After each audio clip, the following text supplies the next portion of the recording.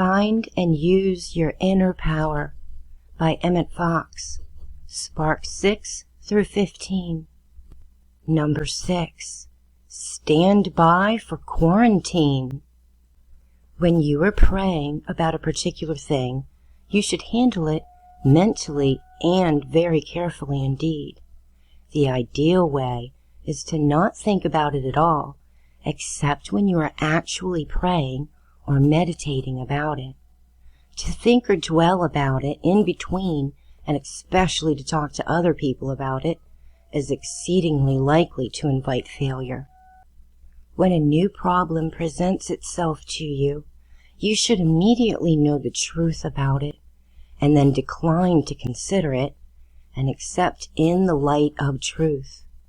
I call this quote putting a subject in quarantine, and whenever I have been able to quarantine a problem of my own, I have always demonstrated or manifested very easily and very well. Even an old, long-standing problem can be, quote, put in quarantine today, if you mean business, and will resolutely break the habit of consistently thinking on that problem. Everyone knows that a photographer must not expose unfixed film to daylight if he wants to get results. Everyone knows how careful a chemist is to isolate, or i.e. quarantine, his materials in the laboratory, since the slightest contamination of one chemical by another will probably ruin any experiment. What many truth students do not seem to understand is that mental operations have to be just as carefully safeguarded if demonstrations or manifestations are to be made. Whenever you think about any subject, you are treating it with your thought, either for good or for evil. Number 7. The will of God. It's unfortunate that so many people seem to assume, as in the matter of their course or their path, that the will of God for them is likely to be something dull or something burdensome, if not positively repulsive. Quote, I suppose it's God's will for me, so I must put up with it. End quote. People say when talking about some condition that they hate, or, quote, thy will be done, end quote, pious people say in the face of death or in the face of tragedy. All this is absolutely wrong. The will of God for man is life, health, happiness, and true self-expression. And it is only in connection with these things that we can say, quote, thy will be done. Trouble or suffering of any kind does not come from God. It is an indication that there is a lesson to be learned by us, and the trouble itself furnishes us with the very opportunity that we need in order to learn that lesson, so that such a thing never need happen to us again. Trouble is valuable opportunity. Experience is priceless instruction. The will of God for you is always something joyous and something fine. Number 8. Spreading the truth.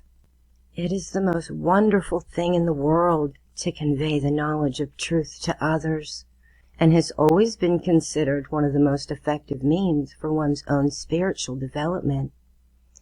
In the ancient schools of wisdom, it was an accepted duty regarded as binding upon all. Jesus himself has said to us, quote, go ye therefore and teach all nations, and, quote, this gospel must first be preached to all the world, end quote. In this age when practically everyone can read and write, the circulation of inexpensive booklets and pamphlets is one of the most effective ways of spreading the truth. A written statement is impersonal. It raises no arguments. It is never inopportune, because the recipient will naturally wait until he is ready before reading it, and it can be gone over several times at leisure if it's not readily understood at first contact. You cannot do a more useful thing for your fellow man, and for yourself too, than to put in somebody else's way or their path any one of the truth books that have helped you personally. This practice, in Shakespeare's phrase, quite, is twice blessed. It blesseth him, and gives, and him that takes. End quote. Hear this, a modern parable. John Smith bought a truth book. He handed it or he mailed it to his friend, Mr. Brown, whom he knew to be going through a very difficult time. Brown was immensely struck with it. These ideas were quite new to him. He carried the little book about in his pocket, followed the instruction given, and made a beautiful demonstration. He was so enthusiastic that he broached the subject to a business colleague. Jones, during lunch, presented him with his own copy and wrote off for a fresh supply for himself that night. Quote, see 15 points in power through constructive thinking. End quote. Now Jones, as it happened, was not really interested. He took the little book merely out of politeness, glanced at the first page, and then he threw it away. He was about to tear it across, as was his custom when discarding documents, but the attractive cover restrained him, and he put it aside uninjured. Now his stenographer, Miss Robinson, found it among the litter, and liking the look of it, took it home and studied it very carefully.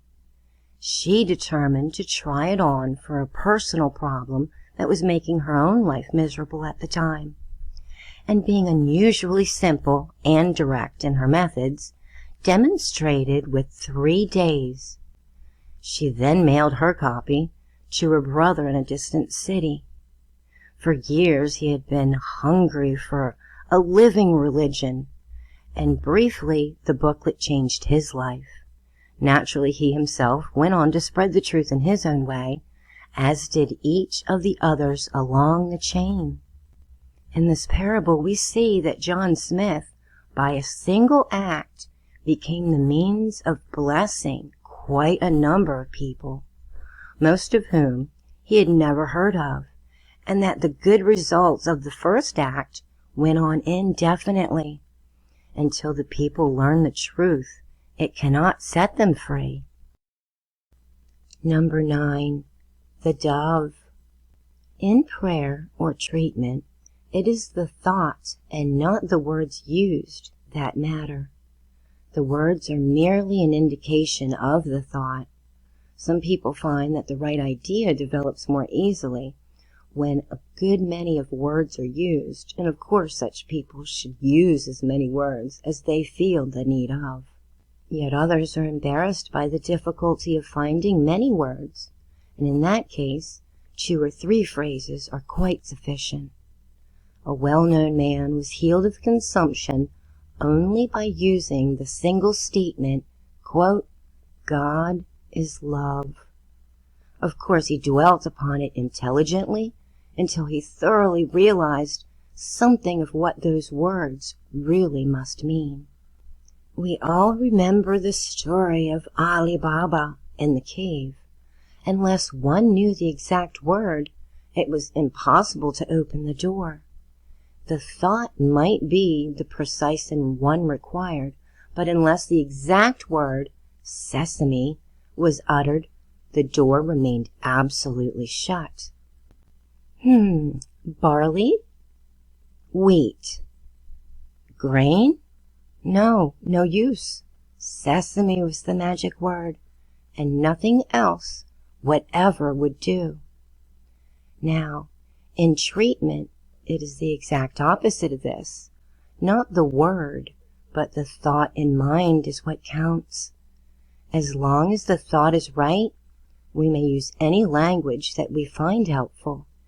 Our treatments are prayers and not repetitive incantations. Often it is well to dispense with words altogether, as getting in the way and introducing a dangerous moment of delay. When God visits his people, it is their business to welcome him immediately and to experience him, not to try to form intellectual definitions. We must never keep God waiting. Directly the realization, which is Emmanuel, presents itself, you may have to drop all words and cease, quote, working there and then, and just possess it. If you postpone this forever, in a short time, you will find that when you come to look for it, that the dove has flown away again, and you will have to wait until he returns, and that may be quite a very long time. People will say sometimes, quote, I will give half an hour to this case or this issue. Or it may be, quote, I will go through the 7 main aspects of God. These are excellent things to do. But if it should happen that after 3 minutes, or when you have finished the second aspect, that the dove alights or appears, then receive him instantly with open arms. To think, quote, I will finish my treatment or my praying or my meditation first, is to turn him away. This feeling of the real presence of God is itself, of course, the perfect treatment, that the end to which all our statements are but means. He saw the heavens open and the Spirit like a dove descending upon him. Mark 1:10. Number 10. Satan gets away with it. God, or the divine all, is the only presence and the only power. God is the only cause, and his will is completely fulfilled at every moment. What we call evil or error is a false belief that we form about good. It has no power apart from the power that we give it by believing in it. This is the truth teaching, but it happens too often in practice that the student, instead of really getting rid of the conventional belief in the reality of evil, merely changes the name of his devil and goes on recognizing him under some new alias. What he does is just buy a new brass plate and start up the old racket all over again as, quote, Messrs. Brown and Jones, or whatnot. Later, when this in turn has exploded, he once more changes the style of the firm to, let us say, Robinson and Company, and so on, ad infinitum. And he never lacks victims, because so long as people will allow themselves to be swayed by mere names instead of examining the underlying thought, they have no protection. This is just the way in which apparent evil acts. Satan, having been thoroughly exposed as the devil with horns, hooves, and a tail, promptly alters his name and his address, and goes on tempting those who should know better into sin, sickness, and death by giving himself some new description, such as error, mortal mind, hypnotism, time, climate, heredity, and so forth and so on. And only too often he gets away with it quite successfully. Instead of being emancipated from fear, his victims are now 10 times more under its dominion than ever they were in their own orthodox days, and they suffer accordingly. They have merely changed the label on their superstition. As long as you recognize the reality of anything but God under any pretense, you are harboring fear, and you will punish yourself inevitably. It makes no difference whether you choose to give your boogeyman the name of Satan, Old Nick, Mephisto, or to call it climate or heredity or age, sickness, or anything else. I am the Lord, and there is none else. There is no God beside me. Isaiah 45:5. Number 11. The Bible Unveiled. The Bible is too often looked upon as an out-of-date and a rather dull compendium or collection of conventional religion and of the sanctimonious type. There could not be, however, a greater mistake. Those who find it dull are those who have had it presented to them in entirely the wrong way. One should read, quote, in the light of the spiritual interpretation, end quote, and it will be found to be a practical textbook of thrilling interest, containing, as it does, clear explanations and definite guidance for any and every difficulty that can arise in everyday life. Religious difficulties, the healing of the body, the poverty problem, home or business worries are all dealt with and provided for in the Bible. Number 12. You are a mental being. God's hour is the most important event in the day. It may consist of 30 minutes or longer, according to the need of the individual, but it should hardly be less than that if you really mean business in your spiritual life. God's hour is the time in which you read the Bible or other spiritual books, meditate, and or pray, i.e., your reflection time. The practical secret of health, happiness, prosperity, and of constant spiritual growth is to make God's hour the principal. That is to say, the most important event in your day. Let that be the center line, as it were, about which all other activities revolve. Let anything else be postponed or omitted, rather than that God's hour should be neglected. Let any other engagement be canceled in the favor of this. Let any other work go undone, rather than this should be missed.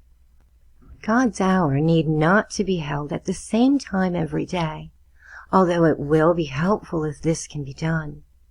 The essential thing is that God's hour be the most important event in the 24 hours, and that everything else be secondary to that. Number 13. The millennium. As the truth of the omnipresence and availability of God seeps more and more into people's minds, vast changes for the better will come over the human race. These changes, in the beginning at least, may be accompanied by a certain amount of confusion and apprehension, but that stage will not last very long. First of all poverty will disappear. This change will begin in the English-speaking countries. Then it will be seen in continental Europe, and later among all other civilizations. This means the end of slums, where the unholy trinity of poverty, hunger, and dirt or filth. All will have the true prosperity without victimizing one section of the community on behalf of another. And of course, this will mean the end of all crime as well.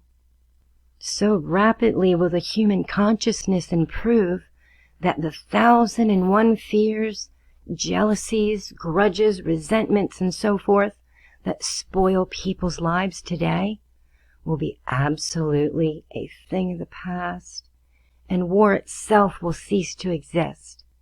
War between nations and industrial wars too.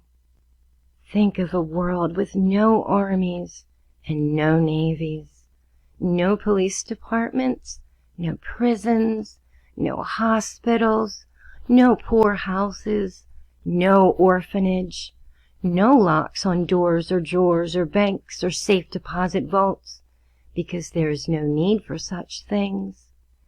Think of this new world and help it to come to birth by believing in it, expecting it, and praying for it.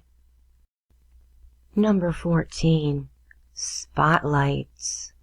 God is not interested in your past history, but in what you are now. Now is the day of salvation. You are healthy because you are happy, not happy because you are healthy. A healthy body grows out of a happy mind. If you have no time for prayer and meditation, you will have lots of time for sickness and trouble. Where you stand today does not matter. It is the direction in which you are moving and the rate at which you travel that really counts. The biggest fool of all is the man who bothers with outer things and neglects his own spiritual developments. The only depression that you can meet is the depressing thought in your own consciousness. You really do not know John Smith. You only know the idea that you formed of John Smith. Number 15, cause and effect. Whatever you experience in your life, it is really but the outpicturing of your own thoughts and beliefs. Now you can change these thoughts and beliefs, and then the outer picture must change as well. The outer picture cannot change until you change your thoughts. Your real heartfelt conviction is what you outpicture and demonstrate, not your mere pious opinions or formal assents. Convictions cannot be adopted arbitrarily just because you want a healing. They are built up by the thoughts that you think and the feelings that you entertain day after day as you go throughout life. So, it is your habitual mental conduct that weaves the pattern of your destiny for you. And is not this just as it should be? So no one else can keep you out of your kingdom or put you out either.